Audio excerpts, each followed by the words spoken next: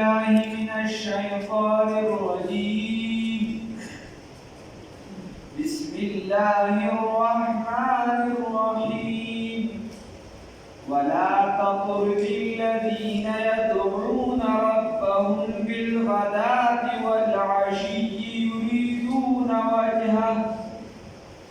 ما عليك من حسابهم من شيء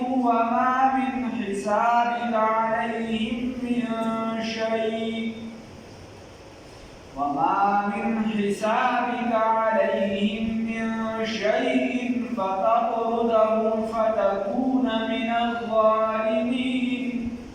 صدقت يا رب العالمين.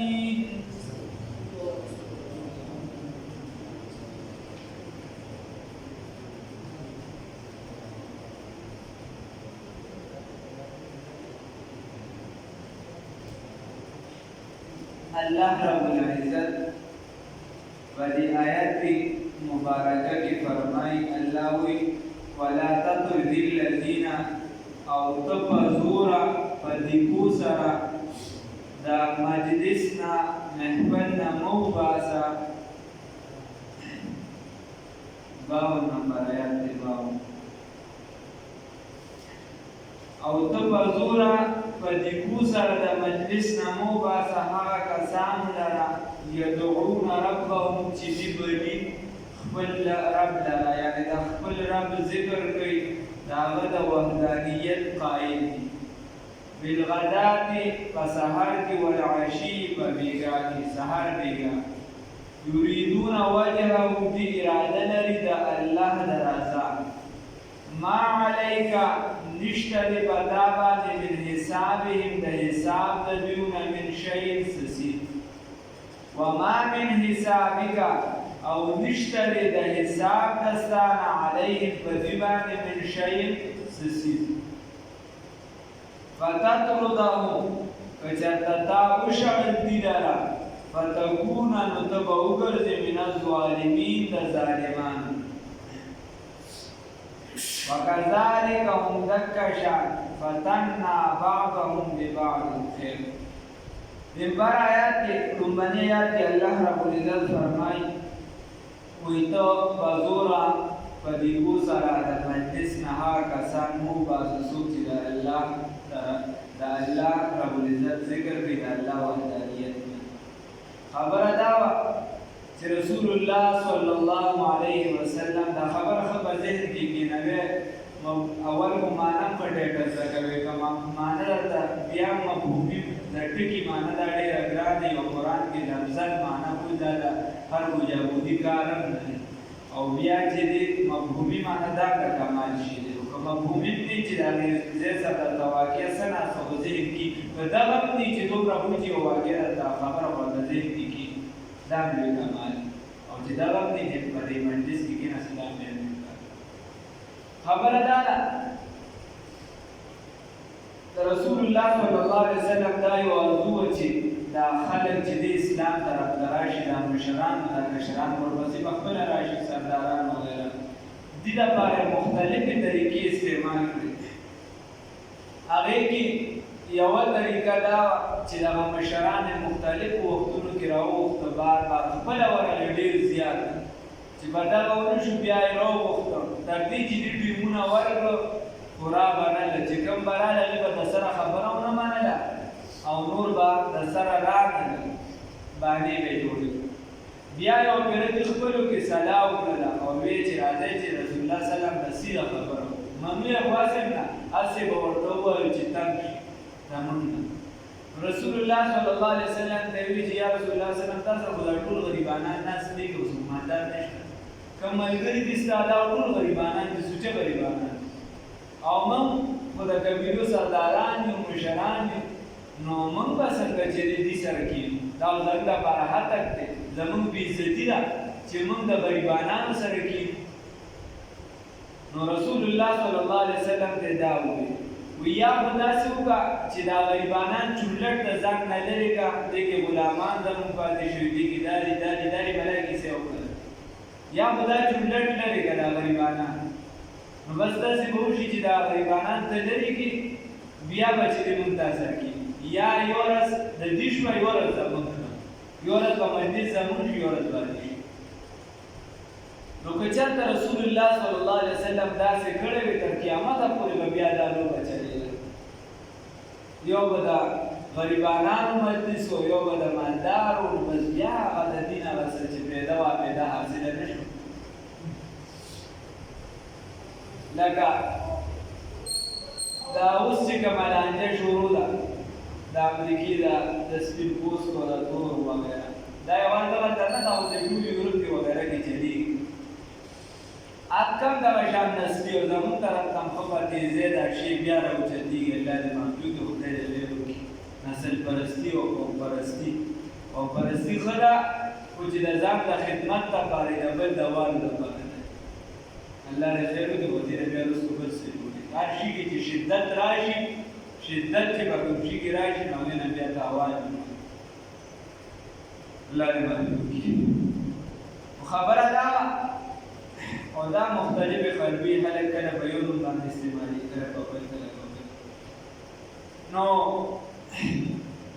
دغه ټیم چې دي ورته د غریبۍ او د مالدارۍ دا تصور ورته وي چې یا به غریبانان در سره کېني که مونږ در سره کېنو یو ورځ مونږ له مقرره کړه یا محفلونه جدا کړه نو الله رب العزت آیاتونه رانازل کړه الله رسول الله صلی الله علیه وسلم ته فرمایي ولا تطرد الذین ته مه ژاړه د مجلس نه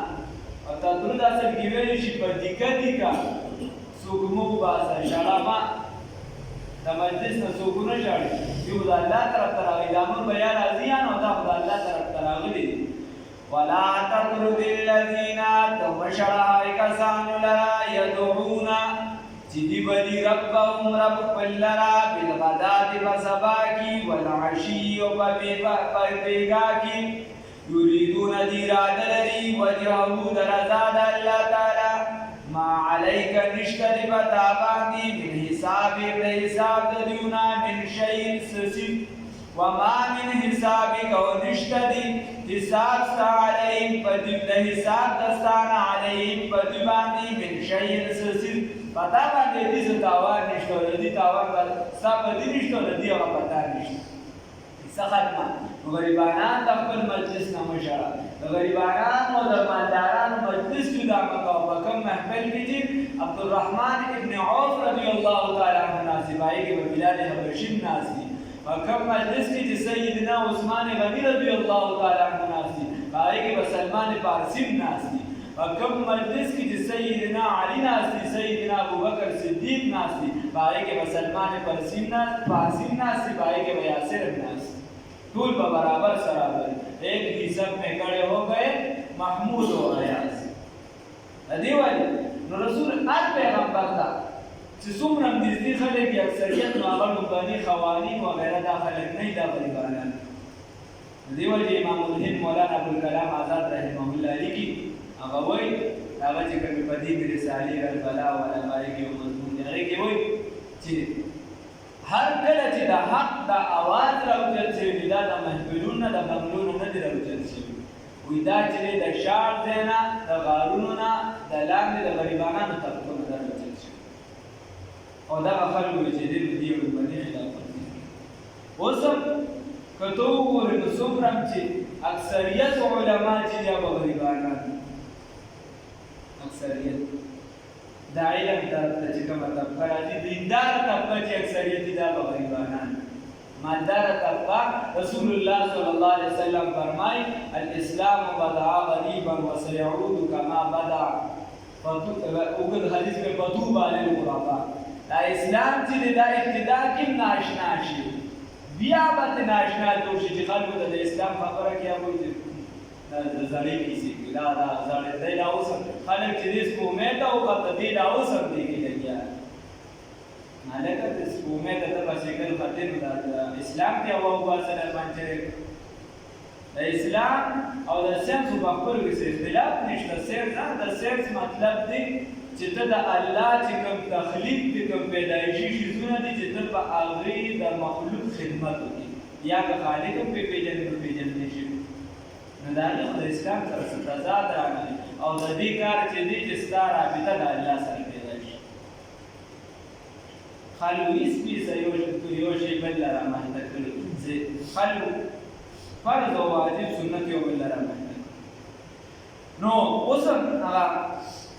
نو څومره چې پکار دارا چې څومره مضبوط خلک چې دا د علومو طرف ته راشي ځکه چې هغه ته شاته نور مسایل نه د کور یو څه بل څه نه چې هغه علم طرف ته راشي هغه دا په نسبت د غریب ابتدا کې ډېره ګټوره بیا وروسته هغه مالدار ورنه مالدار کې مولا باندې نه چې دی وکړ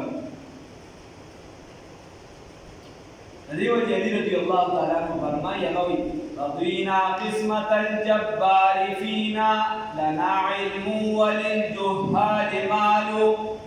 وی من دا اللہ رب العزت پر تقسیم باندې راضی چې الله موږ له علم راکو جاهلانو له مال ورکو فإن المال يفنى عن قريب وإن العلم باق لا يزال وی دا مال چې د قریبه ده چې دا به پناه شي او دا علم چې د دې لره پناه نه شي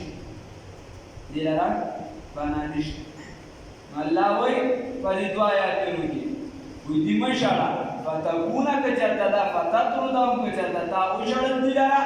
فتکونه نو ته به وګرځې من الظالمین د ظالمان نه وکذلک هم دکه شان فتنا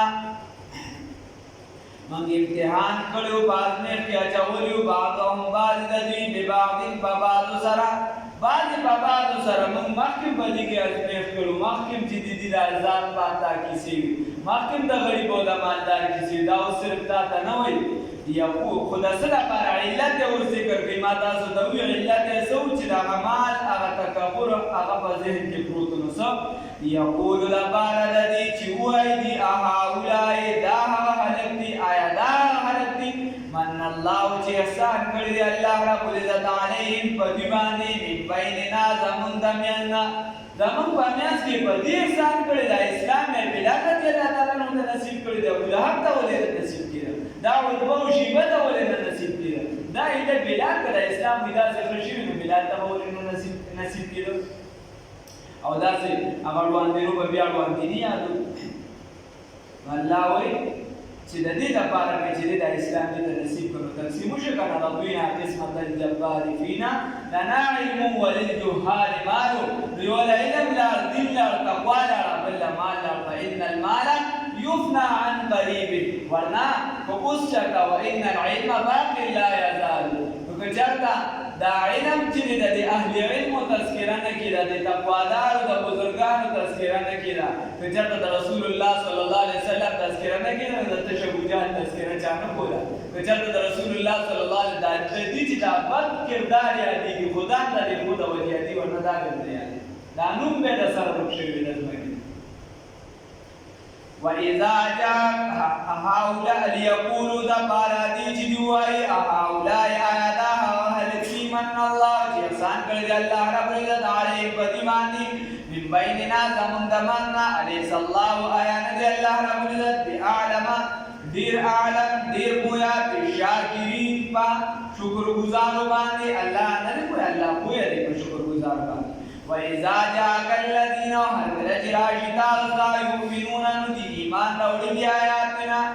آیاتونو زمون باندې اوس دا غریبانان چې دا راشي دی یقین ذاتی ایمان ذاتی زمون آیاتونو باندې فقلت ورته وایا اے پیغمبر صلی الله علیه وسلم تو ورته وایا نبی کریم صلی الله علیه وسلم سلام علیکم سلامت یعنی پتا سباتی کتب لازم کړی دی ربکم رب تاسو علی نفسه بخل ځان باندې الرحمت رحمت درا انه یقینا تغربک یقینا شان داری من هغه څوک عمل چې عمل یو کو زمین شان دی انه یقینا شان داری من هغه څوک عمل چې عمل یو کو منکم تاسو رسول دبده بجهالت فنا پوی سرا ثم تاب بیا توبه واسلا من بعده رسول دینا واصلح او اصلاح او خپل ځان فانه بس یقینا الله تعالی غفور رحیم بهانه کوونکی او رحم کوونکی دی اوس د مؤمنانو له خوشخبری ورکا هادي وتعالى راضی نو دې کې بکره کمزوري جاهلیت کې به ګناه شي یا ته جهالت نه مراد ده چې مسلمانان وي د دې ګناه ورته پته نه یو ګناه به شي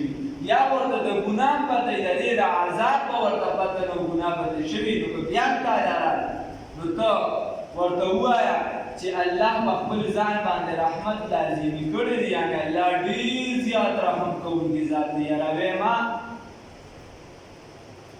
او انه من عمل منکم ورته وایه چې شان دا دی هغه چا چې عمل وکړو ستاسو نه سوءا د بدې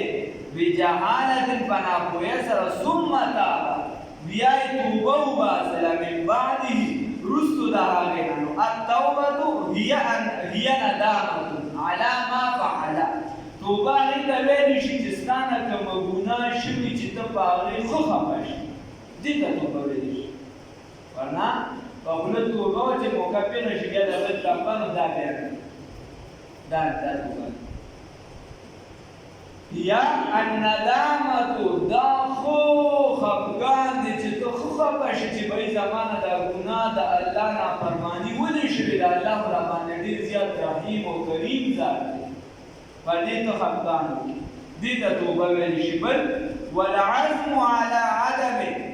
و یو عزم دی په نشتوالي د دغه ګناه باندې بیا چې زه به دا ګناه بیا چرې نه وم، که بیا درنه وشوه بیا به م لکه شان کلکه توبه وباسه. د دې وجې نه ابن تیمیه رحمه الله وایي استغفارنا يحتاج الى الاستغفار وتوبتنا يحتاج الى التوبه. وی زمون خو داسې استغفار دی چې دې لره م استغفار ضرورت دی او توبه هم داسې توبه ده چې د دې لپاره د توبې ضرورت دی. داسې توبې وباسو. د ریا تسبیح لیکي ده ای زاهده د یار ذکر زه د اوښکو فقط وم. الله ته به لږه ژړا وکړي او پر دې ګناه به ښه ستومانه شي. واصلح او چې اصلاح یې وکړه د ځان. د اصلاح مطلب دا چې بیا دغې ګناه طرف ته لاړ نه الله دې نه وبوسي. فإنه بس یقینا دغه الله تعالی غفور الرحیم بخښنه کوونکی او رحم کوونکی دی. وکذلک هم دقه شان نفصل الآیات موږ په تفصیل سره بیانو آیاتونه. الله وایي زه په تفصیل سره درته دا خبره کوم. ولتستبین دپاره دې چې ښه ظاهره شي سبیل المجرمین لاره د مجرمانو. الله وایي دپاره دې چې ښه ظاهره شي دا لاره د مجرمانو چې ده ته پته ولګي چې د قیامت په ورځ بیا دا چېرته نه وایي چې ما ته خو دا لاره نه. الله وایي چې ښه ظاهره شي. الله دې